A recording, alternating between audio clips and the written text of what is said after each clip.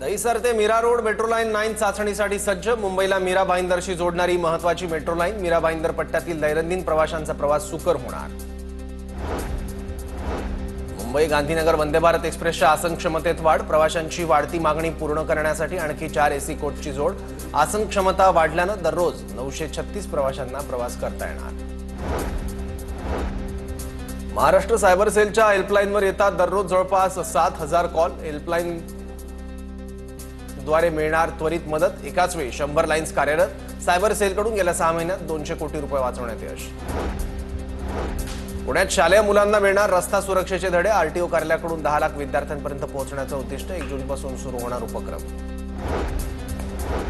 वर्धा जिल्ह्यामध्ये पक्षी गणनेत 64 विविध पक्षी प्रजातींची नोंद। ई बर्डच्या संकेतस्थळावर पक्ष्यांची नोंद। ग्लोबल बिग डे या पक्षी गणनेच्या निमित्तानं वर्धा जिल्ह्यातील विविध अधिवासात पक्षी निरीक्षण।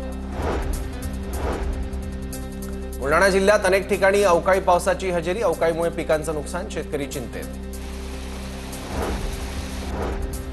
परभणीत पाण्याची समस्या बिकट। अनेक ठिकाणी टँकरनं पाणी पुरवठा। पाण्यासाठी नागरिकांची भटकंती। मागणीनुसार टँकर वाढवणार, प्रशासनाची माहिती।